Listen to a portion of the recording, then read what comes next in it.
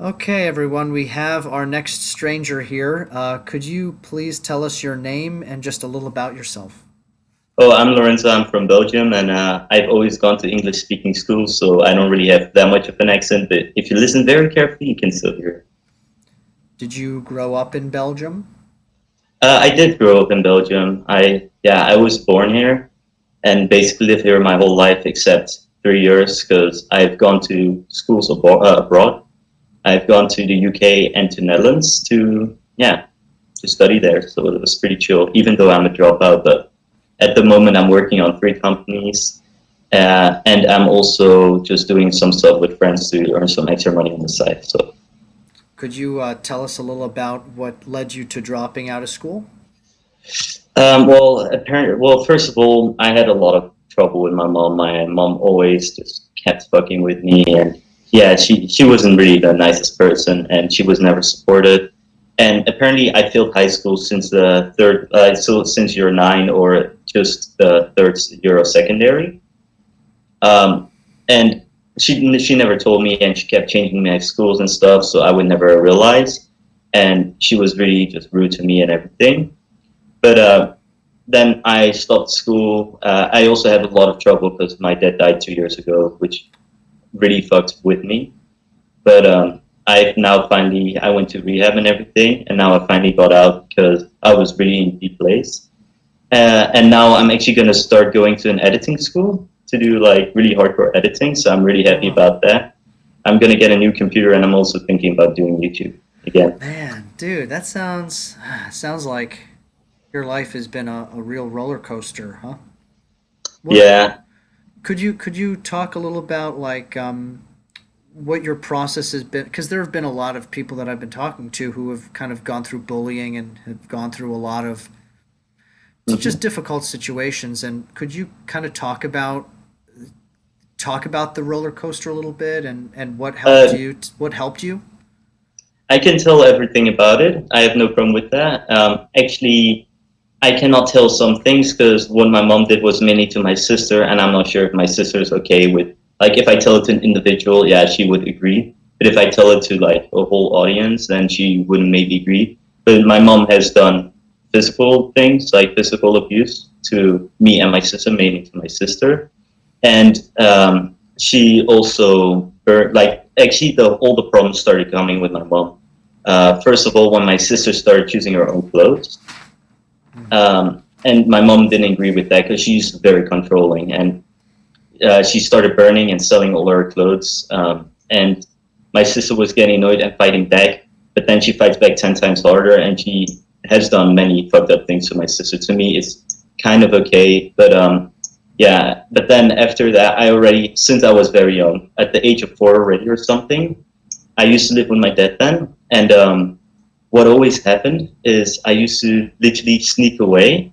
Every time I wanted to cry, I would get out of the house, go into the bushes, and then I would come back. And that's how I started from a young age. Always put on a smile, pretend everything is fine, and don't say shit. And that's how I taught myself to cope. And then my problems started getting worse and worse. Also in school, when you're in primary school, kids are more ruthless and shit. And they always, for no really real reason, they always like did this the ew touch they called it. So they would touch me and they're like, I have the ew touch, and they would touch each other, run away and stuff. And of course, I put on a fake smile and I used to play against like with it, and I would chase like the girls like ah. But at the same time, I really didn't like it. Um, then after became older, I went to a school called BSB. It's also in Belgium. And in that school, I actually got expelled for helping in a transaction of weed. And it was something really dumb. I knew a guy who wanted. I knew a girl who wanted to buy. I knew a guy who sold. I was like, hey, just give me the money. I'll give it to him, and then he'll meet you. And then I didn't take any of the money, so it was a big loss for me. And that was I remember that happening, and that was the first time where I really felt out of my body. I literally like I didn't feel my legs moving. I felt like I was floating and just like kind of zooming around because I was really scared. I think I was 14 or 13 at the time. And then I got expelled. My mom got very angry, and my dad also because with my dad, I always had a very open relation with him, and I told quite a lot, and he got really angry because I didn't tell him. I didn't tell him the truth. I told him a different story. Oh yeah, I just was there in the thing when it happened, but I lied to him, which made him very annoyed. And I'm actually sad that I never told it, like never said it before, because I kind of, yeah, even though he probably forgave me and like doesn't give a shit about that anymore, I still feel kind of guilty for that, because he was really expecting to come there and just be like, okay, this is the story. Okay, we can go. Everything is fine. Um, Mm. and then also, everything started getting worse. My sister was already at my father's. Is your sister Um, older than you? my sister is 19. I am 17. Okay.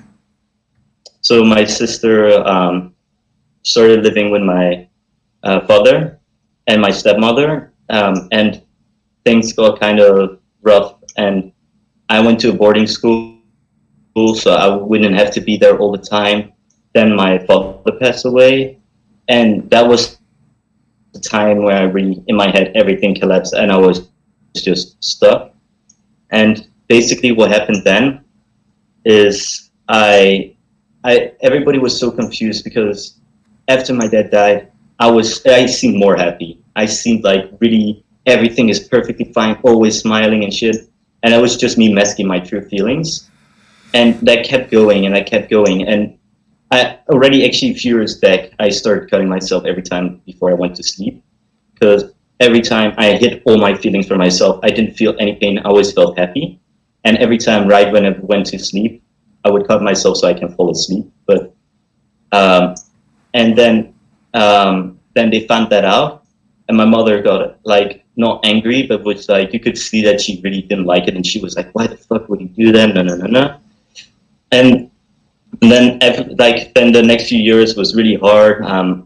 I didn't see my sister for a really long time, and basically I was I think 15, 16 back then. And actually now I live in my stepmother's house with my sister, and I see her now a lot. But before I came here, it was literally 2 years or a year that I really haven't seen her, maybe like 3 times or 4 times in these 2 years. And basically, after all of that, I started getting really deep. And also, once my dad died, I directly put in my head, the only reason why I'm gonna live is because I cannot hurt my sister and my stepmother like that. So I was like, this is the only reason why I'm gonna keep living, just basically for them. And then I got put in. I went to a rehab in Netherlands called Yes We Can. Um, and already in school, I before I was doing pretty bad, but then later I was doing even worse because I was like, dude, I fail every year anyway. I don't care anymore, and I just decided to have fun. So I went to rehab. My mom actually put me there to get help for school, but she doesn't really understand the meaning of rehab. So Mm. I found that pretty funny because yeah, rehab is not for school. And there I actually got many tricks, and I spoke to. It's like if anybody watching has problems or anything, rehab is mostly looked at something really bad, something no no no. I actually met some really nice people there, and they were all really sweet, and they had many of them had addictions. I had self harm addiction. Many of them had drug addictions, and you come to see that they're really nice people. And if you hear their stories, you're like, the fuck is that them? Because I could never see that person doing that. Wow.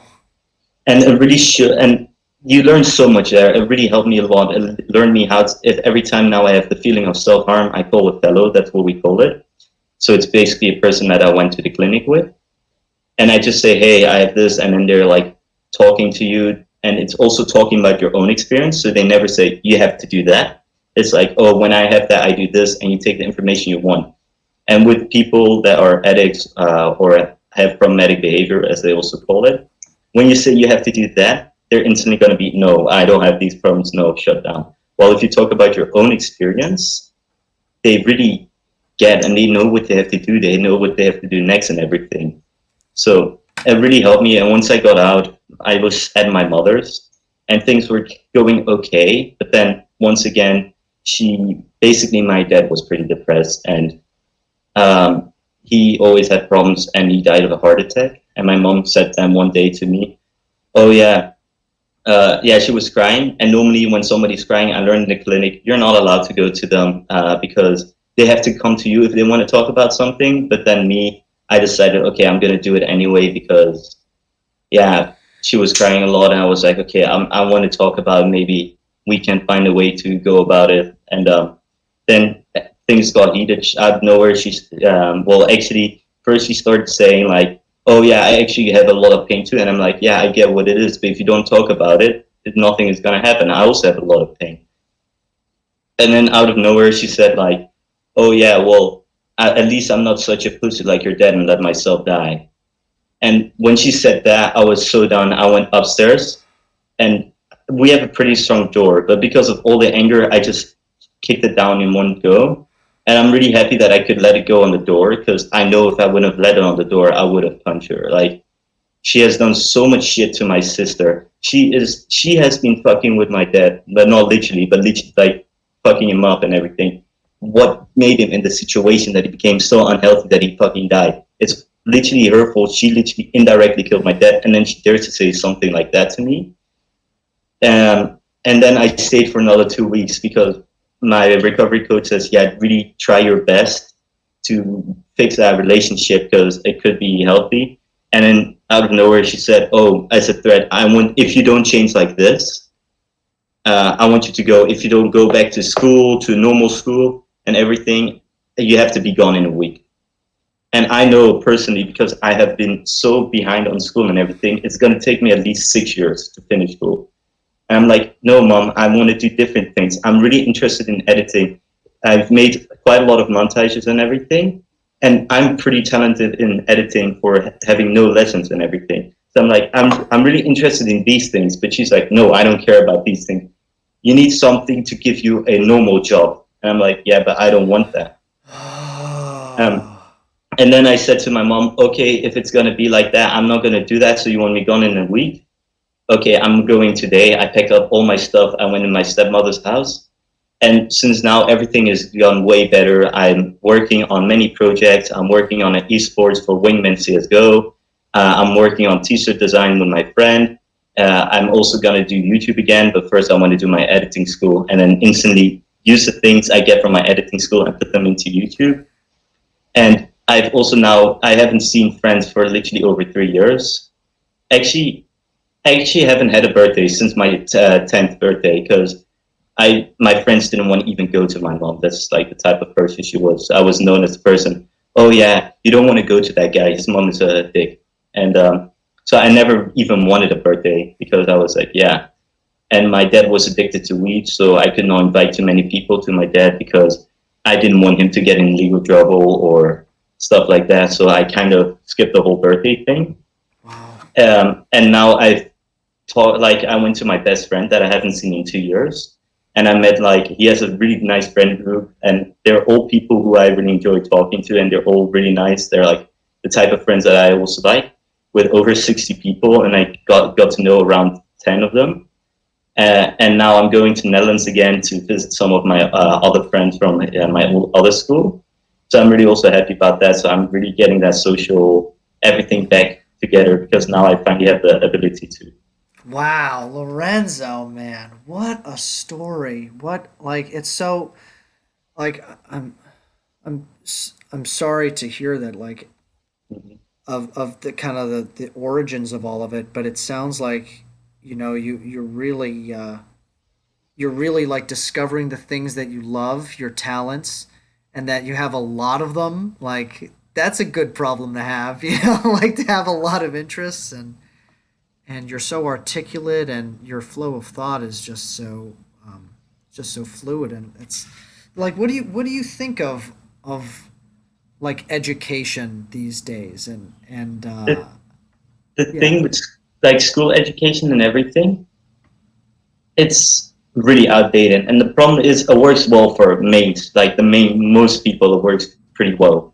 And they get like good grades and everything. For some people like me, I am really smart in different things, but school wise, the reason why I was actually terrible in school is because if I have a genuine interest, I have to read something 10 minutes and I just have to read it once and I'm done. I remember it forever. But as soon as I don't agree with something, or if I'm like, for example, with a lot of science, I'm like, yeah, okay, science is some things changes quite a lot, so I want to keep this in mind as a possibility, as something that is possible, but not as a fact. And it's when I don't have interest that it's for me. I can read the same thing 20 times, I will not remember because I don't really care about it. My brain is like, this is useless info. Okay, go away.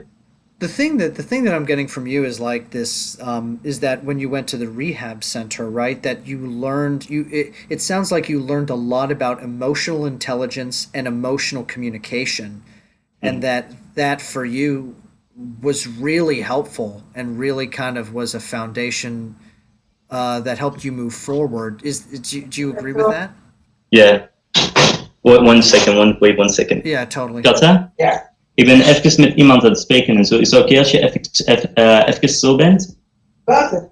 Ja, als het oké is. Oké, ja, I'm back. Cool. Like, and I'm wondering, like, what if schools incorporated that kind of stuff in education? Do you think that would be helpful? Do you think that's possible? I think that actually, if they just include it, it's not going to work for everyone. But if they have an other option that is like, oh, really into things where you can switch to any time, and it helps people really go for what they want. If that is editing, if that is writing books, if that is singing, and then something on the side as well, in case that doesn't work out. So it's really focused on one thing or something. Like after you finish school, like a higher school or something, but then in the school itself. And because, yeah, okay, it would probably help more people, but it would still not be covering everything. Because if you see a lot of people who go into criminality and everything, first of all of these schools that they go to are most of the time like the public schools, and then some of public schools are pretty good. Some of them are trash. And then they just have no choice because there's a really good film about it. It shows like all these people living in the hood, and then they're split into like black, Chinese, and then also Spanish people, and they're all split up, and a lot of fights break out and everything because they're treated as different things. Mm. And this also with the whole situation right now going on, the reason why there's so much problems is because Black Lives Matter, all lives matter, white lives matter. People always choosing one thing. I would say all humans matter because there should not be blacks, whites, whatever. It should just be humans matter, and then they focus on the people who get discriminated, not the race that gets discriminated, the people. Because as soon as you keep getting these races and everything, things get like go wrong and everything, and that also if you don't mix people and put all poor people or people with criminal records in one place, it's not going to help. And if people then do go, if like someone with criminal record goes to a school with only like rich kids and stuff, people are going to point at that person and be like, haha, okay. And then it's going to fuck up their thing as well because they're like, oh, they see me as that, you know what? I'm going to be like that. And then they prove themselves right and things like that. So it's so much that they have to work on, but there is so much improvement that needs to be done. And if they just keep making small steps and keep going to the right place, then we can get somewhere. Hmm. Yeah, I think I agree with like the essence of what you're saying, right? Is like we need to try to like deep down the thing that's dividing us is kind of judgment based off of labels that are determined by either the way a person looks, by what they've done in the past, what their interests are, who they hang out with, etc. Right? And so Yeah, the way to move forward, there's no real way to legislate that change. It has to be like a change of heart, right? yeah. I think I And think yeah. everybody needs to do their own part. And of course, there will be the odd ones out. But then, if everybody is thinking the same way, everybody stops like all the generalizing and shit and everything like that. Then the people that are the odd ones out are going to be seen as stupid ones and like, oh, why the fuck are they not doing the same?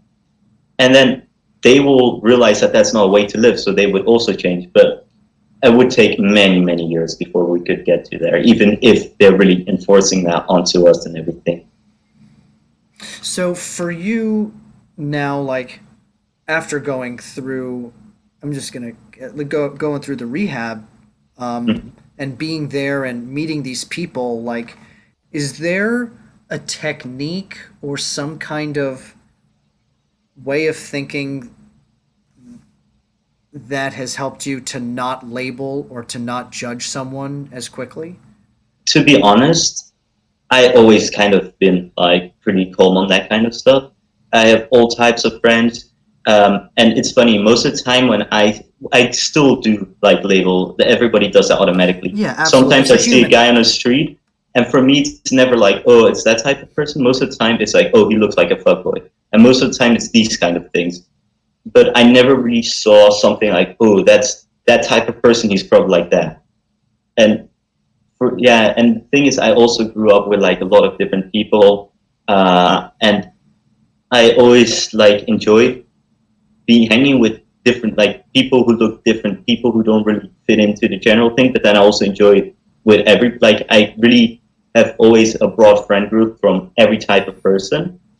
And to be honest, most of the time, the scary looking people with a lot of tattoos, really muscular and everything, are a lot of times the nicest. Yeah, they're And usually the most gentle, right? yeah, yeah, exactly. And it's really funny because people get it so wrong. They see some like motor guy gang, like the motor type of people. You see them on the motor, and they're like, oh, they're probably some rednecks with full of tattoos, probably some neon Nazis. And then if you meet them, they're like, oh, hey, how are you? Like with really gentle voice, and they're like so sweet, and you're like, yeah. And that's something people always automatically do. Of course, there is some people like that, but it's not everybody. So I guess another question too is like one of the reasons that I'm doing this channel in the first place is to try to figure out how to get people who don't listen very well to listen better. Um, so like I mean, it sounds like you're a pretty good listener, and a lot of people actually on Omegle are good listeners. Which is interesting, right? Because it's like the people who are sitting down on this thing who just want to Yeah, connect, right? Like, but like for someone like your mom, is are you like how do you think what's a way that she could listen better, right? Because if she listened better, maybe she would understand how you feel more, right? Like, is that yeah. kind of how you think about it? The thing is, I'm going to quickly say two things. First, I'm going to say something to about listening. I always say to people, there's a reason why you have one mouth and two ears. You get what I mean? Yes. Exactly. And then with my mother, the thing is with people like that, they need to they need to see it themselves first. Because as long as you don't see it yourself and you don't want to see it, nothing is going to happen. So it's that's the problem where I'm stuck as well. I'm gonna tell her like I don't want to have anything to do with you unless you go to a psychologist where me and my sister has contact with, and as soon as she says um, it's okay to meet up again, then I'm willing to. But if as long as you don't do that, I haven't done that yet. But if she doesn't listen to me, that's also done for me then, because I've done my part, she hasn't done her part, so I shouldn't Mm, care anymore. mm-hmm. And And that's a difficult line. Oh, I'm sorry. no, you can say what were you gonna say? I was gonna say it's a difficult line because like she is your mother and she's cared Mhm. for you in many different ways, I'm sure, and I'm sure that you love her in a you know, and I don't want to speak for you, but like to be able to have to recognize that you've done the work but that she hasn't, and to be able to distance yourself from someone like that who's such an integral part of your life, that's a difficult thing. So for you, like how do you navigate that? For me, it was actually not difficult because all the things she's done, mainly to my sister and my father, I still have quite a lot of hate to her. I know she has something wrong in her head. It's not possible that a human is actually that like mean and everything. So for me, it was really easy because I don't actually love her anymore. I see my stepmother more as my mother than her. She has cared more for me. She has done way more for me, and she's just someone who is in my life who I couldn't choose over. And I would say for anybody who does have a problem with that, just always think about this. You're the leader, like you're the lead role in your life. You should not live your life for others. Neither should you live your life only for yourself. It's always good to be like keep everybody in mind. But at the end of the day, if you're thinking, is this gonna fuck me over if I don't do that? And how much is it gonna do to that person? This can fix your life. This can help that person as well. And how like even if I would love my mother, I would still do make that choice. Because at the end of the day I'm helping her, like tough love. But with my mother, the reason why I'm doing this is because the real reason why I'm wanting to do all of this, still I do care about her. I wish she could get better. But me seeing her as my mom, I don't think that's going to ever happen again. Like, I would never see her as my mother. But I could still have a normal, decent relationship. Um, and basically, and the other reason why I'm doing it is so that we are chill with each other and it's like not always fights and everything, even though I'm gone and everything. So yeah. Oh, dude, I'm so thankful to have met you over here. You're so cool. Um, Thank you. yeah, before we get going, is there anything else that you'd like to say? Some final words to the audience? Yeah, I would just say, just remember, if you have, like, honestly, for me, it really helped going. Like, if you have any problems in your life and stuff, and you're really deep, it really helped a lot for me, rehab and everything like that. And if you really struggle with problems, just look into it. Maybe just look for meetings like NA meetings, CA meetings, AA meetings. By the way, for example, you have Alcoholics Anonymous, Cocaine Anonymous, and NA is Narcotics Anonymous. But all these three things, they don't mean, for example, I go to CA meetings. I've never done cocaine. And it's just so, actually, CA is one of the most open. And there's so many meetings. There's ACA, which is Parents and Addictions. So if you have any problems, there's a meeting for everything. And what's really helpful about these things is that you meet people with the same problem as you. They tell your story. And they don't tell you, oh, you should do this, this, this. They told how they went about it. And you take the information you want. And also, when anybody tells anything, don't listen to the differences. Listen to the similarities. Oh, Because that you is cannot beautiful. learn from the differences. You can only learn from the similarities. And another thing is what I've always done, I was always a closed book. Like, I was so close. And if you're open, you meet people who have the same things, you realize you're not alone. And when you're open, I've now told so many people my story. All this information they could use against me. But honestly, if they use it against me, I'm happy that they use it against me. You know why? Because now I can see that person and be like, okay, now I know who you really are, and now you're out of my life. So thank you for doing it. And there's no downside to it. So just, yeah, be yourself. Dude, my God. You gotta have your own TV show, my man. This is great. Ah, dude, maybe one day I'll meet you in real life and we could like have a beer or something when you're of age. Well, in Belgium, it's legal to drink at 16. Really? Oh, lucky Yeah, man. Dude, I wasn't able to legally drink until 21. It's ridiculous. No one follows that rule. yeah. In Belgium, they drink when they're 12 anyway, so they also don't follow that rule. I have a question. Could I? Yeah, Oh, I yeah. nearly dropped my Oh, phone. Could I have your fumbled. Snapchat or anything so I can Well, keep in contact with well, you? yeah, absolutely. Well, I was actually just going to say, if you could, hold on, building bridges. 505. This is my email. If you'd be able to send me a picture of yourself that I could use for the thumbnail for the Okay. video, that'd be great. Make sure to subscribe. And actually, I don't have any social media. This is Okay. the YouTube account is the extent of my. I'm kind of like on a crusade to reform social media into basically Mhm. like this being social media. Like this is actually social. Like everything else is Yeah. just people posting things and running away and hiding and not being honest and upfront with Yeah. their thoughts, right? So kind of that's my Oh, mission, man. Yeah. also, a problem with social media is they show their desk, right? So I could take a picture of this side of my desk and it's really clean, and then that side is really dirty, and they're like, "Oh, I just cleaned up." Or, oh, they just put some clothes in the store, they go quickly outside, take a picture, oh, look. And it's like so, yeah, it's kind of dumb, in my opinion. Yeah, it's all kind of formulated, or Mhm. what's the word? It just seems inauthentic. It's inauthentic, and what it does is, kind of what you've been talking about this whole time, and what you've been Yeah. prioritizing is the idea of open free speech and honesty, and social media has insidiously been kind of shutting that down.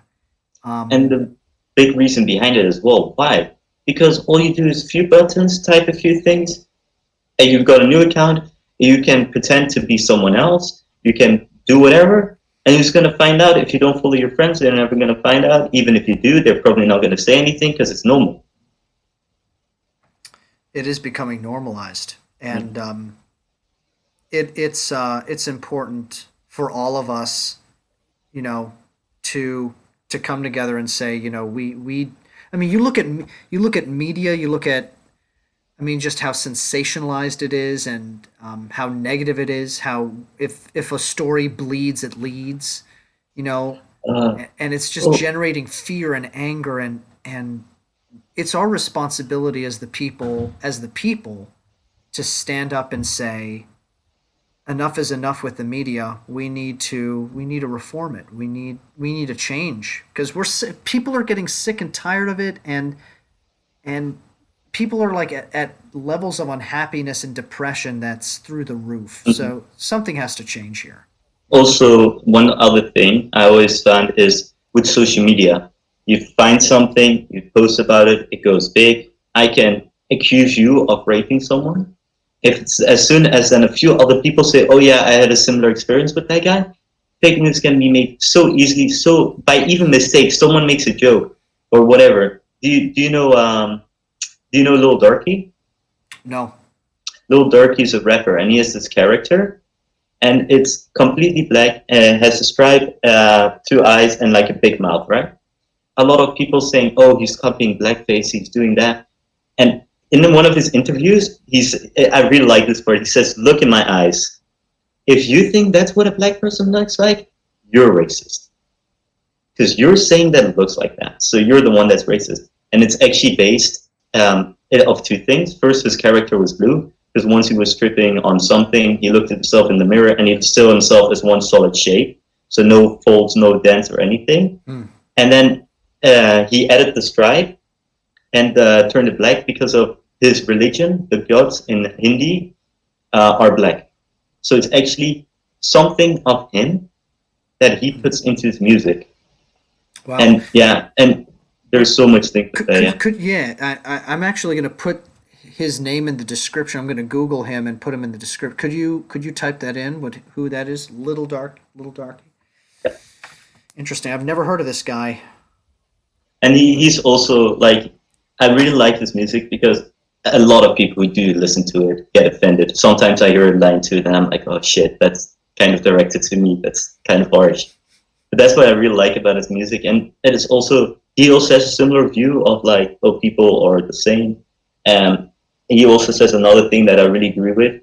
If one person can say a word, everybody should be able to say it, because that's also how you keep the gap like of difference and everything. Hmm. And he has a lot of other things in one of his songs, Genocide. Um, there is like a part. It's Genocide Part Four. He has this part where he says, like he has this part where he says, let me think again. Oh yeah, it was something like, oh, why can we not just love, yeah, each other? Why do you not keep? And then it was like also about how people on news and shit keep the hate going. That's behind the lyrics. He explained that one. It was like news always shows hate. When can you never listen to the signs that they show blatantly? And people keep ignoring it. So yeah, that's also like part of his stuff. Wow. Well, I'm gonna have to check this out and post it to the channel. Thank you for writing that down. Um, okay, well, I think that's it, man. So make sure to subscribe if you haven't yet, and I have already. Have you already, dude? Yeah. You're the man. And I'm actually this video should probably be up in the next. It should be up before midnight for you. Because what is it? 5 hours ahead? No, it's already midnight. So Oh fuck. Oh well, thank you for staying. Yeah. So it should probably it'll be up at 1 for you. okay, yeah. So cool, I'll dude. send a picture and everything via email. Perfect, dude. Hey, thank you again, man. That was Thank awesome. you. All right, I'll see you around. See you.